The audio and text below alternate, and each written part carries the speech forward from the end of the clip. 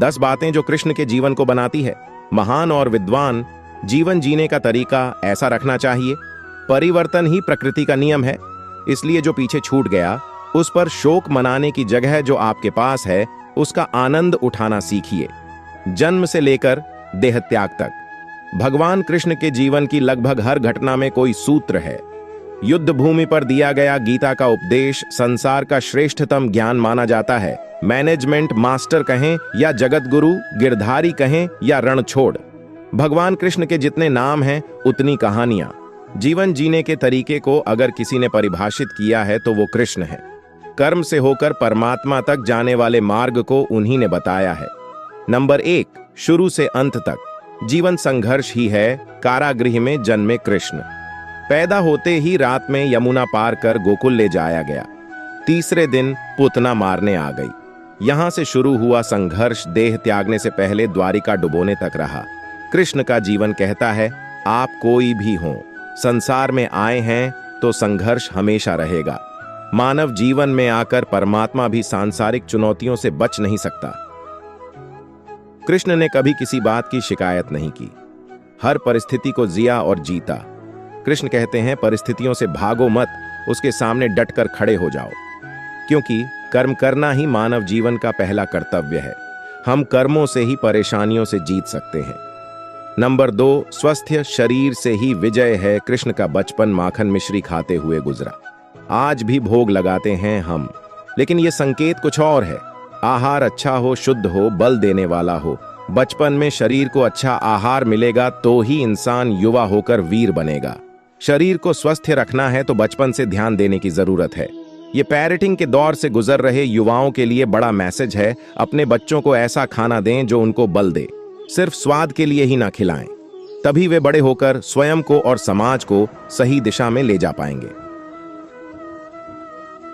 Number 3, पढ़ाई किताबी ना हो, रचनात्मक हो। कृष्ण ने अपनी शिक्षा मध्य प्रदेश के उज्जैन में सांदीपनि ऋषि के आश्रम में रहकर पूरी की थी। कहा जाता है 64 दिन में उन्होंने 64 कलाओं का ज्ञान हासिल कर लिया था। वैदिक ज्ञान के अलावा उन्होंने कलाएं सीखी। शिक्षा ऐसी ही होनी चाहिए जो हमारे व्यक्तित्व का रचनात्मक विकास करे। संगीत, नृत्य, युद्ध सहित 64 कलाओं कृष्ण के व्यक्तित्व का हिस्सा हैं। बच्चों में कोरा ज्ञान न भरें, उनकी रचनात्मकता को नए आयाम मिलें, ऐसी शिक्षा व्यवस्था हो। नंबर 4, रिश्तों से ही जीवन है। बिना रिश्तों के कुछ नहीं। कृष्ण ने जीवन भर कभी उन लोगों का साथ नहीं छोड़ा जिनको मन से अपना माना। अर्जुन से वे युवावस्था में मिले, ऐसा महाभारत कहती है, लेकिन अर्जुन से उनका रिश्ता हमेशा मन का रहा। सुदामा हो या उद्धव, कृष्ण ने जिसे अपना मान लिया उसका साथ जीवन भर दिया। रिश्तों के लिए कृष्ण ने कई लड़ाइयां लड़ी और रिश्तों से ही कई लड़ाइयां जीती। उनका सीधा संदेश है, सांसारिक इंसान की सबसे बड़ी धरोहर रिश्ते ही हैं। अगर किसी के पास रिश्तों का ठाती नहीं है तो वो इंसान संसार के लिए गैर जरूरी है। इसलिए अपने रिश्तों को दिल से जिएं, दिमाग से नहीं। नंबर 5, नारी का सम्मान। समाज के लिए जरूरी राक्षस नरकासुर का आतंक था। करीब 16,800 महिलाओं को उसने अपने महल में कैद किया था। महिलाओं से बलात्कार में उसे सुख मिलता था। कृष्ण ने उसे मारा, सभी महिलाओं को मुक्त कराया, लेकिन सामाजिक कुरीतियां तब भी थीं। उन महिलाओं को अपनाने वाला कोई नहीं था। खुद उनके घर वालों ने उन्हें दूषित मानकर त्याग दिया। ऐसे में कृष्ण आगे आए, सभी 16,100 महिलाओं को अपनी पत्नी का दर्जा दिया। समाज में उन्हें सम्मान के साथ रहने के लिए स्थान दिलाया। कृष्ण ने हमेशा नारी को शक्ति बताया, उसके सम्मान के लिए तत्पर रहे। पूरी महाभारत नारी के सम्मान के लिए ही लड़ी गई। आप कृष्ण भक्त हैं तो अपने आसपास की महिलाओं का पूरा सम्मान करें। कृष्ण की कृपा पाने का यह सरलतम मार्ग है। नंबर 6, आपके मतभेद अगली पीढ़ी के लिए बाधा न बने। कम ही लोग जानते हैं कि जिस दुर्योधन के खिलाफ कृष्ण ने आजीवन पांडवों का साथ दिया, उसकी मौत का कारण भी कृष्ण की कूटनीति बनी। वो ही दुर्योधन रिश्ते में कृष्ण का समधि भी था। कृष्ण के पुत्र सांब ने दुर्योधन की बेटी लक्ष्मणा का अपहरण करके उससे विवाह किया था, क्योंकि लक्ष्मणा सांब से विवाह करना चाहती थी, लेकिन दुर्योधन खिलाफ था। सांब को कौरवों ने बंदी भी बनाया था। तब कृष्ण ने दुर्योधन को समझाया था कि हमारे मतभेद अपनी जगह हैं, लेकिन हमारे विचार हमारे बच्चों के भविष्य में बाधा नहीं बनने चाहिए। दो परिवारों के आपसी झगड़े में बच्चों के प्रेम की बलि ना चढ़ाई जाए। कृष्ण ने लक्ष्मणा को पूरे सम्मान के साथ अपने यहां रखा। दुर्योधन से उनका मतभेद हमेशा रहा, लेकिन उन्होंने उसका प्रभाव कभी लक्ष्मणा और सांब की गृहस्थी पर नहीं पड़ने दिया। नंबर 7, शांति का मार्ग ही विकास का रास्ता है। कृष्ण ने महाभारत युद्ध के पहले शांति से समझौता करने के लिए पांडवों और कौरवों के बीच मध्यस्थता की।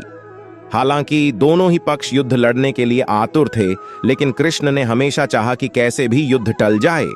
झगड़ों से कभी समस्याओं का समाधान नहीं होता है। शांति के मार्ग पर चलकर ही हम समाज का रचनात्मक विकास कर सकते हैं। कृष्ण ने समाज की शांति से मन की शांति तक दुनिया को यह समझाया कि कोई भी परेशानी तब तक मिट नहीं सकती जब तक वहां शांति ना हो, फिर चाहे वो समाज हो या हमारा खुद का मन। शांति से ही सुख मिल सकता है, साधनों से नहीं। नंबर 8, हमेशा दूरगामी परिणाम सोचें। महाभारत में जुए की घटना के बाद पांडवों को वनवास हो गया। कृष्ण ने अर्जुन को समझाया कि यह समय भविष्य के लिए तैयारी करने का है। महादेव शिव, देवराज इंद्र और दुर्गा की तपस्या करने को कहा। कृष्ण जानते थे कि दुर्योधन को कितना भी समझाया जाए, वो पांडवों को कभी उनका राज्य नहीं लौटाएगा। तब शक्ति और सामर्थ्य की जरूरत होगी। कर्ण के कुंडल कवच पांडवों की जीत में आड़े आएंगे, ये भी वे जानते थे। उन्होंने हर चीज पर बहुत दूरगामी सोच रखी। कोई भी फैसला तात्कालिक आवेश में नहीं लिया। हर चीज के लिए आने वाली पीढ़ियों तक का सोचा। यही सोच समाज का निर्माण करती है। नंबर 9, हर परिस्थिति में मन शांत और दिमाग स्थिर रहे। पांडवों के राजसूय यज्ञ में शिशुपाल कृष्ण को अपशब्द कहता रहा। छोटा भाई था, लेकिन मर्यादाएं तोड़ दी। पूरी सभा चकित थी, कुछ क्रोधित भी थे, लेकिन कृष्ण शांत थे, मुस्कुरा रहे थे। शांति दूत बनकर गए तो दुर्योधन ने अपमान किया। कृष्ण शांत रहे। अगर हमारा दिमाग स्थिर है, मन शांत है, तभी हम कोई सही निर्णय ले पाएंगे। आवेश में हमेशा हादसे होते हैं, ये कृष्ण सिखाते हैं।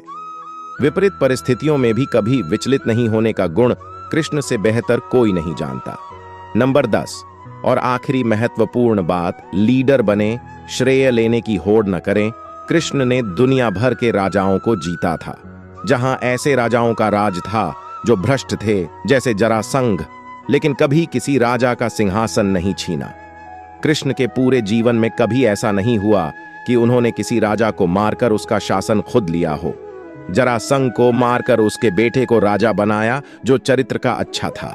सभी जगह ऐसे लोगों को बैठाया जो धर्म को जानते थे। कभी किंग नहीं बने, हमेशा किंग मेकर की भूमिका में रहे। महाभारत युद्ध में भी खुद हथियार नहीं उठाया, पूरा युद्ध कूटनीति से लड़ा। पांडवों को सलाह देते रहे, लेकिन जीतने का श्रेय भीम और अर्जुन को दिया। इसलिए हमेशा खुद को शांत रखें और सामान्य रहे। समय और स्थिति कभी भी बदल सकती हैं। अतः कभी किसी का अपमान ना करें, ना ही किसी को तुच्छ समझे। आप शक्तिशाली हो सकते हैं, पर समय आपसे अधिक शक्तिशाली है।